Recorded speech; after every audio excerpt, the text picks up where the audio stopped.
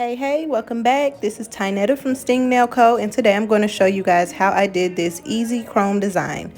So I'm starting off with a fresh set of nails, and I'm going in with my black gel polish from Sting Nail Co. And I'm just using our small detail brush to create those wavy lines on the sides of her nails.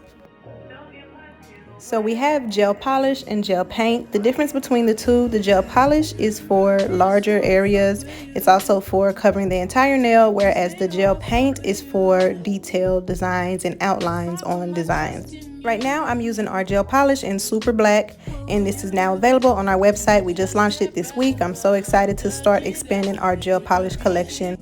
And yeah, just get into it, get into those swirl lines, have fun. You can do whatever shapes on the nail you want. I'm going to cure that in the lamp for 30 seconds, in the LED, 60 seconds in the UV. Now I'm using our gel top coat from stingbeauty.com. You can get this on sale for $5 right now, so I would highly recommend doing that. I'm using the same detail brush, and I'm going directly on top of the black polish. So this is what's going to allow the chrome powder to stick to the nail and for it to have a super shiny surface instead of looking super grainy. If you apply it right on top of the black, it will still look silver, but it won't be silver chrome. I'm going to cure that in the lamp for 30 seconds, and now I'm going directly on top of that with a makeup applicator and a chrome powder.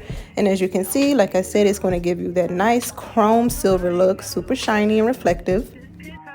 I got this chrome powder in a pack of 20 from Amazon, and I have my Amazon storefront linked below, so make sure to check that out. I think it's a super great deal. 20 chrome powders for like $18 or $19. Make sure you apply a lot of pressure when you're rubbing the chrome in, and once I'm done, I'm going to remove all the excess dust. And this is just me showing you how shiny and how smooth that looks.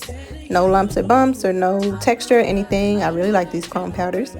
So I went straight in. I didn't cure it or top coat or anything. I'm going right in with my green outline, and I'm just outlining all those wavy shapes that I made for a pop of color. The brush I'm using for this is our 15mm liner brush, and that's going to be coming soon, coming in August, so stay on the lookout for that. If you want to be notified of when new products drop, make sure to go to stingbeauty.com, and right there on the home page you can sign up for our VIP newsletter. You'll always be notified when new things drop. So now I'm going to use matte top coat. This has not come out yet. I'm still testing the formula, but you can use any matte top coat.